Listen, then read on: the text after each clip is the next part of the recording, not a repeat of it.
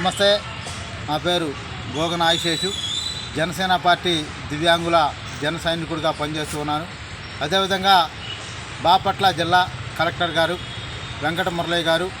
గత నెల డిసెంబర్ నెల నుంచి కూడా రాష్ట్రంలో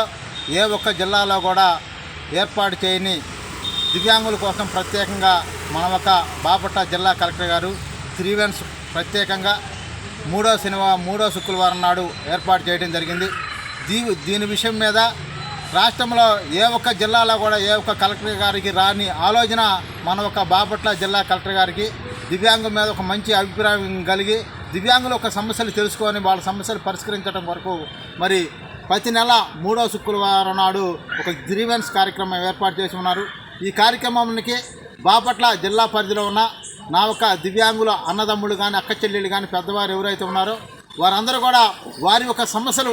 ఏవైతే ఉన్నాయో ఇళ్ల స్థలం లేని వాళ్ళు ఇళ్ల స్థలానికి, మరి వీల్ చైర్స్ కావాల్సిన వీల్ చైర్లు, బ్యాటరీ వాహనాలు కావాల్సిన వాడు, మళ్ళీ ఇళ్ల స్థలం ఉండి ఇల్లు కట్టించుకునేవాళ్ళు, మరి రేషన్ కార్డు లేని వారు, మరి వీళ్ళందరూ కూడా ఉపాధి అదేవిధంగా ఆర్థికంగా మరి వ్యాపారం చేసుకుంటూ చిరు వ్యాపారం చేసుకుంటున్న వారికి మరి లోన్స్ ఇప్పించడం కోసం మరి అప్లికేషన్ వినతిపత్రం రూపంలో మన ఒక జిల్లా కలెక్టర్ గారికి రేపు ఉదయం 10 గంటలకే, మరి శుక్రవారం కాబట్టి 3వ శుక్రవారం కాబట్టి రేపు ఉదయం 10 గంటలకు జిల్లా కలెక్టర్ గారికి వినతిపత్రం అందించాలని చెప్పి ఈ జిల్లాలో ఉన్న నా ఒక దివ్యాంగులందరూ కూడా ఐకమత్యంగా వచ్చి మన ఒక సమస్యలు కలెక్టర్ గారి దృష్టికి తీసుకురావాలని చెప్పి మరీ జిల్లాలో ఉన్న దివ్యాంగులందరికీ కూడా తెలియజేస్తూ ఉన్నాను. దివ్యాంగుల ఐక్యత.